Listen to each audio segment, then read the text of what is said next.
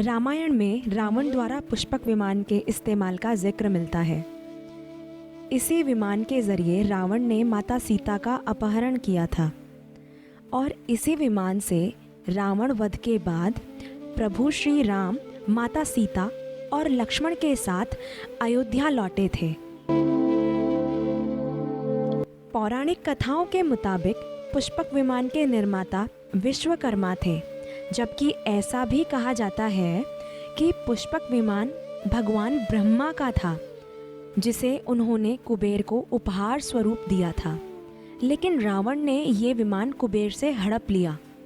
ऐसा भी माना जाता है कि रावण की मृत्यु के बाद इस पुष्पक विमान पर विभीषण का अधिकार हो गया और विभीषण ने ये विमान कुबेर को सौंप दिया।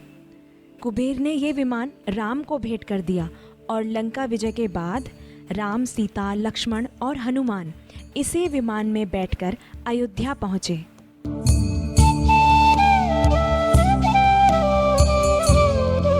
अब आपको बताते हैं कि पुष्पक विमान की क्या-क्या विशेषताएं थी। वाल्मीकि रामायण में किए गए वर्णन के अनुसार ये विमान मोर जैसे आकार का था, जिसकी गति बहुत तेज थी और चालक के इच्छा के अनुसार इसे किसी भी दिशा में आगे बढ़ाया जा सकता था। हैरानी की बात यह है कि इसे छोटा बड़ा भी किया जा सकता था और इसे दिन और रात के समय में आसानी से चलाया जा सकता था।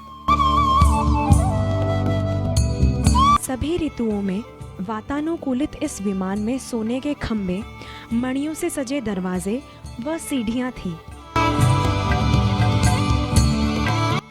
इस विमान की एक चौंकाने वाली विशेषता ये थी कि ये विमान केवल एक स्थान से दूसरे स्थान तक ही नहीं जाता था, बल्कि एक ग्रह से दूसरे ग्रह तक आने जाने में भी सक्षम था। साथ ही पुष्पक विमान के बारे में ये भी कहा जाता है कि ये विमान उसी व्यक्ति से संचालित होता था जिसने विमान संचालन से संबंधित मंत्र सिद्ध किया हो। ये बिल्कुल वैसा ही है जैसे आज के विमान को वही व्यक्ति चला सकता है जिसके पास विमान उड़ाने का रिमोट हो।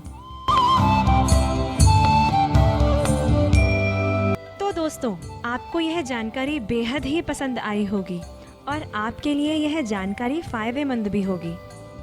दोस्तों, अभी तक आपने हमारा चैनल सब्सक्राइब नहीं किया है तो इसे तुरंत सब्सक्राइब करें और साथ ही बेल आइकन पर भी क्लिक करें ताकि आपको हमारे आने वाले सभी वीडियोस के नोटिफिकेशन मिल सके। तो मिलते हैं आपसे अगली वीडियो में ऐसे ही रोचक जानकारी के साथ। तब तक के लिए नमस्कार।